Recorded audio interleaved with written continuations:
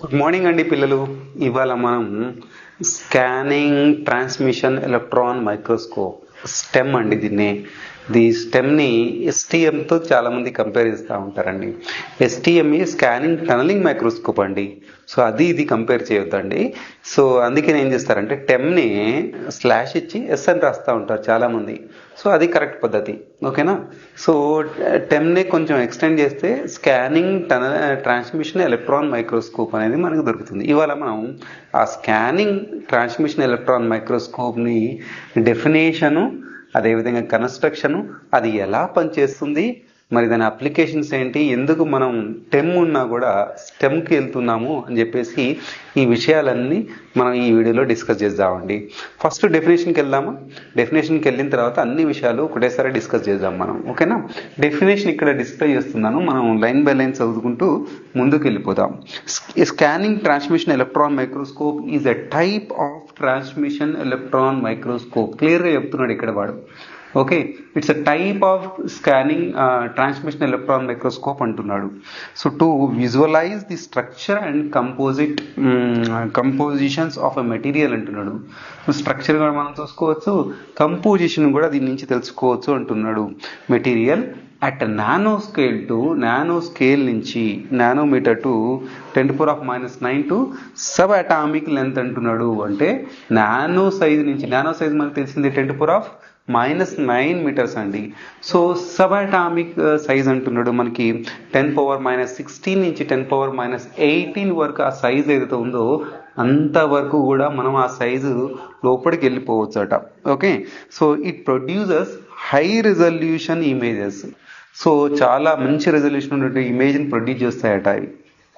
Okay, the specific data by scanning focused electron beam. అంటే electron scan చేయడం వల్ల, అంటే ఎలక్ట్రాన్ శాంపిల్ స్కాన్ చేయడం వల్ల ఈ ఇమేజెస్ వస్తున్నాయి అని అంటున్నాడు. సో వెరీ థిన్ శాంపిల్, ఇక్కడ చూడండి, వెరీ థిన్ శాంపిల్ అంటున్నాడు. ఆ థిన్ ఎంత ఉండాలంట, ఆ థిన్నే మనకి ప్రాబ్లం ఇక్కడ. ఓకే, సో స్టెమ్లో ఆ థిన్నే ప్రాబ్లం. మనకు ఎంత థిన్ ఉండాలంట, మనకి ఆ థిన్ వచ్చేసి మనకి సో లెస్ దాన్ 100 నానోమీటర్స్ ఉండాలి. ఆ లెస్ దాన్ 100 నానోమీటర్స్ అని అంటే సో సమ్ కేసెస్లో 50 నానోమీటర్ కూడా మనం చేసుకోవచ్చు. పెట్టాలంటే 50 నానోమీటర్ శాంపిల్ పెట్టాలనుకోండి ఆ హోల్డర్లో, మనం చాలా కష్టం దాని ప్రిపరేషన్, దాన్ని పెట్టడం. ఆర్ సర్ఫేస్ ఏదో ఉందో స్మూత్ సర్ఫేస్ కూడా కావాలి, ఇదే ప్రాబ్లం దీంట్లో, ఓకేనా. So thin sample and collecting various signals in the parallel. So different signals మనం రిసీవ్ చేసుకుంటాం. ఎట్లా అంటే BF signals, ADF signals, HADF signals, ఇవన్నీ కూడా మనం ఇక్కడ రిసీవ్ చేసుకుంటామండి, ఓకేనా. సో ఇప్పుడు మనం కన్స్ట్రక్షన్లోకి వద్దాం. కన్స్ట్రక్షన్లోకి వచ్చి మరి టెమ్కి స్టెమ్కి డిఫరెన్స్ ఏందని తెలుసుకుందామండి. ఇప్పుడు మనం కన్స్ట్రక్షన్లోకి వద్దామండి. కన్స్ట్రక్షన్లోకి వస్తే మనకి ఇక్కడ ఏముంది, ఎలక్ట్రాన్ గన్ ఉందండి ఇక్కడ. సో ఈ ఎలక్ట్రాన్ గన్ ఏదైతే ఉందో, ఎలక్ట్రాన్ గన్ మనకి సో చూడండి, సో ఎలక్ట్రాన్ గన్ ఫిల్మెంట్ నుంచి ఎలక్ట్రాన్ ఇక్కడ ఎజెక్ట్ చేస్తుంది. ఎలక్ట్రాన్ చూడండి ఇక్కడ స్ప్రెడ్ అయి వస్తుంది. మనం ఎంత కంట్రోల్ చేసినా కూడా స్ప్రెడ్ అయి వస్తుంది. ఈ ఎలక్ట్రాన్ గన్ జనరల్గా మనం సెమ్లో టెమ్లో ఏ విధంగా మనం తీసుకుంటామో అదే విధంగా తీసుకుంటాము. కాకపోతే అంటే హై ఎనర్జీ ఎలక్ట్రాన్స్ తీసుకుంటాం. చూడండి 60 to 30 kV వరకు మనం దీన్ని తీసుకుంటాం. దీనికోసం స్పెషల్గా మనం తీసుకునేది, అక్కడైతే థర్మోయానిక్ అయితే టంగ్స్టన్, లాంథన్ బ్రోమియడ్ తీసుకుంటాం. కానీ ఇక్కడ so cold field emission gun అంటాం, సిఎఫ్ఈజీ అంటాం. దీన్ని మనం ఎక్కువగా వాడుతూ ఉంటాం ఈ స్టెమ్లో, ఓకేనా. సో దీన్ని కంట్రోల్ చేయడానికంటే, దీన్ని ఫోకస్ చేయడానికి మనం కండెన్సర్ లెన్స్ వాడతాం. మీకు తెలిసిన విషయం, ఈ కండెన్సర్ లెన్స్ అనేది మనకి ఆర్డినరీ నార్మల్ కండెన్సర్ లెన్స్ కావు, ఎలక్ట్రోమాగ్నెటిక్ కండెన్సర్ లెన్స్ మీకు తెలిసిన విషయమే కదా. ఎలక్ట్రోమాగ్నెటిక్ కండెన్సర్ లెన్స్ మనం ఇక్కడే వాడుతూ ఉంటాం. నేను సెమ్లో చూపించాను, టెమ్లో కూడా చూపించానండి. అక్కడ ఎలక్ట్రోమాగ్నెటిక్ మనకి ఒక యానిమేషన్ పిక్చర్లో అయితే దాన్ని కొంచెం పార్ట్ తీసి చూపించాను మీకు. సో ఈ ఎలక్ట్రోమాగ్నెటిక్ మ్యాగ్నెటిక్ కండెన్సర్ లెన్స్ మనం ఏం చేస్తాం, మళ్ళీ ఎలక్ట్రాన్ని కంట్రోల్ చేసి ఫోకస్ చేసేటట్టు చేస్తాయి. అట్లా కండెన్సర్ లెన్స్ 1, కండెన్సర్ లెన్స్ 2 నుంచి ఫోకస్ అవుతాయి. ఫోకస్ అయ్యి స్కానింగ్ కాయిల్స్లోకి వస్తాయి. స్కానింగ్ కాయిల్స్ పని ఏంటి, మనకి స్కానింగ్ పాయింట్ రాస్టర్ అంటే చాలా ఫాస్ట్గా మూవ్మెంట్ చేస్తాయి ఎలక్ట్రాన్స్ శాంపిల్ మీద పడాలని. ఆబ్జెక్టివ్ ఫోకస్ చేసి ఇక్కడే మనకి టెమ్ ఆర్ మనకి స్టెమ్ మధ్యలో డిఫరెన్స్ అన్నట్టు. స్టెమ్ టెమ్లో డిఫరెన్స్ ఏంటంటే, సో మీరు అబ్జర్వ్ చేసినట్లయితే అక్కడ సో స్టెమ్లో మీకు వచ్చేసి ఇక్కడ వచ్చేసి బ్రాడ్గా మీకు స్ప్రెడ్ అవుతూ ఉంటాయి, ప్యారలల్గా వచ్చేస్తూ ఉంటాయి మీకు అన్ని రేస్. ఇక్కడ అట్లా కాదు, పిన్ పాయింట్ ఒక చిన్న సూదిలాగా మీకు ఈ మొత్తం ఎలక్ట్రాన్స్ ఒక పార్ట్లో పడతా ఉంటాయి. ఎట్లా అంటే మనం ఒక భూతద్దం తీసుకొని, అంటే మ్యాగ్నిఫైడ్ లెన్స్ని తీసుకొని మనం ఇంటి దగ్గర ఒక చేస్తూ ఉంటాం చిన్నప్పుడు. సో ఒక కాగితాన్ని కాల్చాలంటే సన్ రైస్ ముందర మనం పెట్టి సో ఫోకస్ చేసే కొద్దీ ఎలా అవుతుంది, ఇలా ఫోకస్ చేసే కొద్దీ ఒక చిన్న పాయింట్ దగ్గరకు వచ్చిన తర్వాత ఆ చిన్న పాయింట్ దగ్గర మంట రావడం స్టార్ట్ చేస్తుంది, అంటే పొగ రావడం స్టార్ట్ చేస్తుంది. అంటే అంతం లైట్ని అక్కడ చిన్న పాయింట్ దగ్గర ఫోకస్ చేస్తుంది. అదేవిధంగా ఎలక్ట్రాన్ అన్ని ఇక్కడ ఫోకస్ చేసి శాంపిల్ మీద మనకి ఇప్పుడు ఆటమ్ బై ఆటమ్ ఎంతట ఆటమ్ బై ఆటమ్ మన కంప్యూటర్ కనుక మనం అర్థం చేసుకున్నట్టు, కంప్యూటర్ ఏమన్నా చూసుకున్నాం అనుకోండి, సో మనం చూసుకుంటే ఆటమ్ టు ఆటమ్ తీసుకుంటే సో 100 mm × 100 mm ఉంటుంది. 100 mm × 100 mm మనం స్కాన్ చేయవచ్చు. సో ఇదే కనుక 10 mm 10 mm దీని మీద స్కాన్ చేయవచ్చు, ఈజీగా స్కాన్ చేయవచ్చు మనం 10 mm 10 mm. సో అక్కడ రెజల్యూషన్, ఇక్కడ రెజల్యూషన్ వచ్చేసి 100 × x రెజల్యూషన్ వరకు చేస్తాం. కానీ ఈ దీంట్లో 10⁻7 × x వరకు చేస్తాం. చూడండి 10⁻7 అంటే ఎన్ని జీరోలు పెట్టాలి మనం, 1 2 3 4 5 6 7 × x ఇంత రెజల్యూషన్ వరకు మనం పాసిబుల్ అవుతుంది. దేనివల్ల పాసిబుల్ అవుతుంది, ఇది ఒక పాయింటర్ లాగా మనం ఆటమ్ టు ఆటమ్ స్కాన్ చేస్తున్నాం కాబట్టి ఇది మొత్తం పాసిబుల్ అవుతుంది మనకి. ఓకే, సో ఈ విధంగా మనకి ఈ పాయింటరు స్కాన్ చేసుకుంటూ కిందికి ట్రాన్స్మిట్ అవుతూ ఉంటుంది. ట్రాన్స్మిట్ అయినప్పుడు స్టెమ్లో డిఫరెన్స్ ఇదే. చూడండి ఇక్కడ నేను ఇచ్చిన సో ఒక బిఎఫ్ డిటెక్టర్ ఉంది, ఏడిఎఫ్ డిటెక్టర్ ఉంది. Okay, so HAF DF detector ఉంది. ఇవన్నీ ఏంటి మరి, సో బ్రైట్ ఫీల్డ్ డిటెక్టర్స్ అంతే కదా.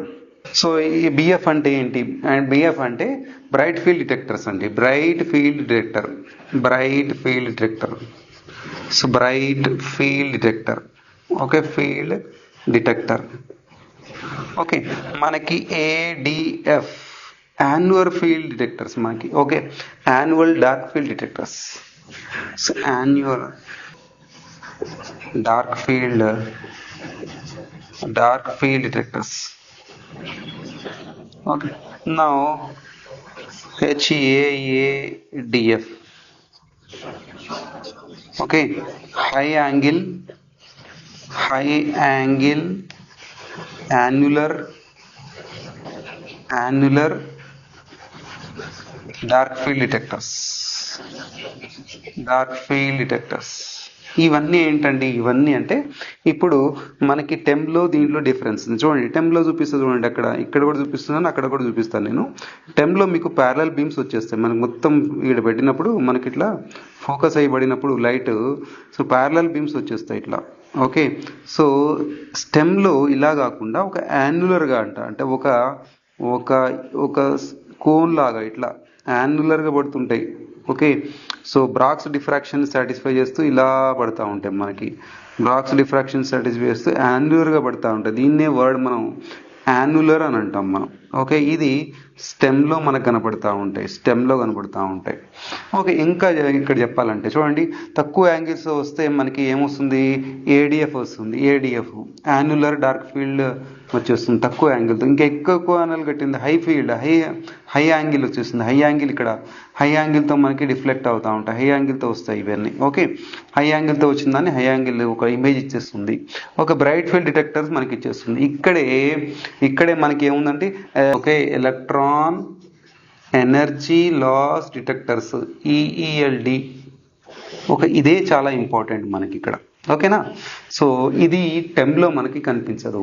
సో ఈ టెంలో ఎందుకు ఇది కనిపించదు అని అంటే, సో మనం జనరల్గా అబ్జర్వ్ చేస్తాం అసలు ఇది ఏంటి, ఎలక్ట్రాన్ ఎనర్జీ లాస్ డిటెక్టర్స్ ఏంటి, దీని ఇమేజ్ ఏంటి, మొత్తం మనం ఈ స్టెమ్ ఎవరైనా చేస్తున్నారంటే దీనికోసమే చేస్తారు వాళ్ళు. ఎట్లా అంటే మనం సెమ్లో చేస్తున్నాం అనుకోండి, సో EDS చేస్తాం. Okay, so electron dispersive spectroscopy అంటాం మనం. ఓకే, EDS చేస్తాం. ఓకే, సో అదేవిధంగా మనం దీనికి వెళ్తున్నామంటే, ఓకే స్టెమ్కి వెళ్తున్నామంటే, so electron energy loss spectroscopy detectors ఇట్లా కూడా అంటాం మనం, ELLSD అని అంటాం. Okay, electron energy loss spectroscopy detector ఇదంటే ఏం చెప్తారు చూడండి. సింపుల్గా వర్డ్స్లో మనం నేను కొంచెం అరేంజ్ చేసుకుంటా అంటే లేదా ఓకే, సో అరేంజ్ చేసుకున్నా కూడా ఇక్కడ కూడా చెప్పొచ్చు నేను కదా. సో మనం జనరల్గా అబ్జర్వ్ చేసినట్లయితే ఒక యాటమ్ తీసుకున్నాను ఇక్కడ. ఓకే, ఒక యాటమ్ తీసుకున్నాను. ఒక యాటమ్ తీసుకొని ఒక ఎలక్ట్రాన్స్ ఉన్నాయనుకోండి, ఆర్బిటాల్ ఒక ఎలక్ట్రాన్ ఉంది. సో ఒక మనకి ఇచ్చినటువంటి ఇనిషియల్ ప్రైమరీ ఎలక్ట్రాన్ ఇక్కడి నుంచి ఇక్కడికి మూవ్మెంట్ అయ్యి ఇక్కడికి వెళ్ళింది, దీన్నే బ్యాక్ స్కాటర్డ్ ఎలక్ట్రాన్ అంటాం. బిఎస్ఈ బ్యాక్ స్కాటర్డ్ ఎలక్ట్రాన్ అన్నాం, అవునా కదా. ఈ బ్యాక్ స్కాటర్డ్ ఎలక్ట్రాన్స్ మనం సెమ్లో అబ్జర్వ్ చేసాం, back scattered electrons.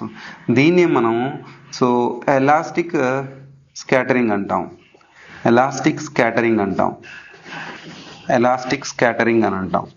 Okay, suppose మనకి సో ఇది ఒక యాటమ్ తీసుకున్నా నేను పెద్దది, ఇక యాటమ్ తీసుకొని సో ఇప్పుడు ఏం చేస్తున్నాను, ఇక్కడ నుంచి ఒక ఎలక్ట్రాన్ ఇక్కడ ఉంది, ఇక్కడ ఒక ఎలక్ట్రాన్ ఉంది, ఇక్కడ ఒక ఎలక్ట్రాన్, ఇక్కడ ఒక ఎలక్ట్రాన్, ఇక్కడ ఒక ఎలక్ట్రాన్ ఉంది అనుకోండి. కేఎల్ఎంఎన్ మనం కేఎల్ఎంఎన్ అనుకుంటా పోతాం మనం. ఓకే, ఒక మనం బయట నుంచి తీసుకొచ్చినట్టు ఎలక్ట్రాన్ ఇక్కడ నుంచి దీన్ని కొలైడ్ స్కాటర్ చేసుకొని ఇట్లా స్కాటర్ చేయడం వల్ల ఏమవుతుంది, ఈ ఎలక్ట్రాన్ ఇక్కడ నుంచి బయటకు వచ్చేస్తుంది, ఇక్కడ నుంచి బయటకు వచ్చేస్తుంది.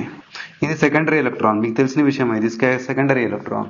సో ఇక్కడ కొలైడ్ చేయడం వల్ల దీనికి ఎంతో కొంత ఎనర్జీ లాస్ అవుతుంది కదా, ఎనర్జీ లాస్ అవుతుంది, ఎలక్ట్రాన్ బయటకు వస్తుంది, అవునా కదా. ఇక్కడ నుంచి ఇక్కడికి వచ్చినప్పుడు ఎలక్ట్రాన్ లాస్ అవుతుంది, మనకి ఎంతో కొంత ఎనర్జీ లాస్ అయింది కదా. ఫస్ట్ ఎనర్జీ ఎంత ఉంది, సపోజ్ మనం ఆ డెల్టా ఈ is equals first energy E1 అనుకున్నాము, సెకండ్ ఎనర్జీ E2 అనుకున్నాము.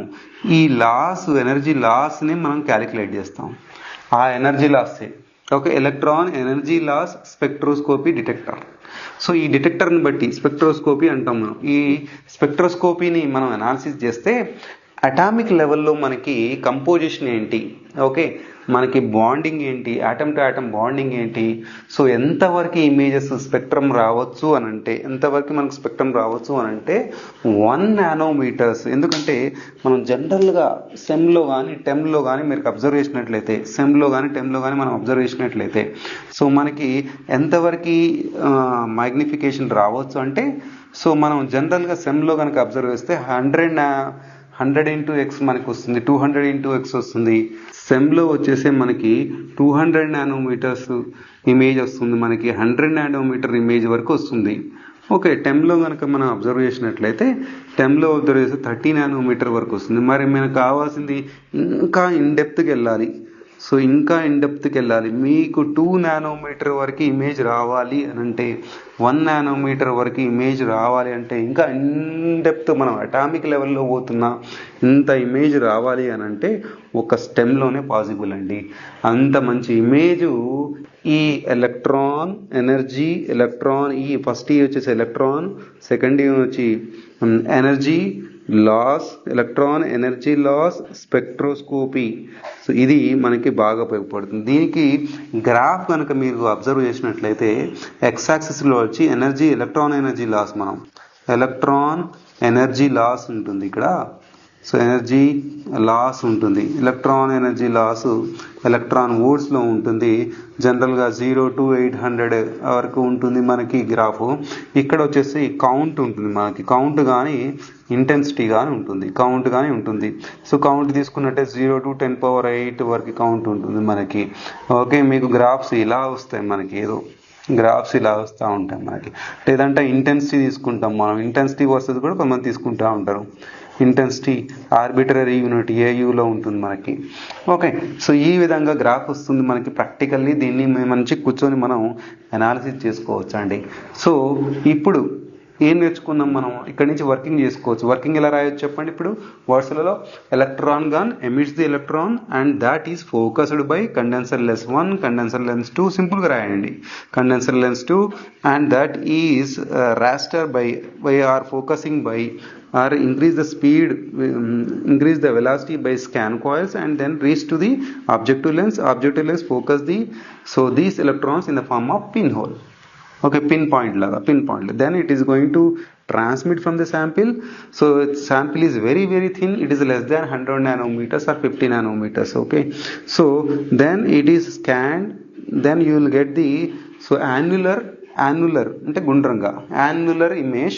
So that is in the form of BF scanning VF detector we have. So ADF detector we have. Annular dark field detectors, high annular dark field detectors, there are detectors are there. So along with this you have so EELS spectroscopy detectors we have to get the, so what he has, energy loss versus count. Then we will get the graph. By using that we can find out the exact composition, atomic level, and bonding between the atoms we can calculate it. అంటే మనం ఇవన్నీ calculate చేయొచ్చు అండి. So మనం so ఈ energy డిఫరెన్స్తో మనం ఈ ELS spectroscopy అనేది చాలా ఇంపార్టెంట్ ఈ స్టెమ్లో అండి. ఇదండి స్టెమ్ అబౌట్ మనకి. సో నేను డెఫినేషన్ ఇచ్చాను, కన్స్ట్రక్షన్ ఇచ్చాను, ఎలా వర్కింగ్ చేస్తుంది అనేది కూడా మీకు క్లియర్గా చెప్పానండి. నెక్స్ట్ క్లాస్లో మనం నెక్స్ట్ స్పెక్ట్రోస్కోపీ టెక్నిక్ డిస్కస్ చేద్దామండి.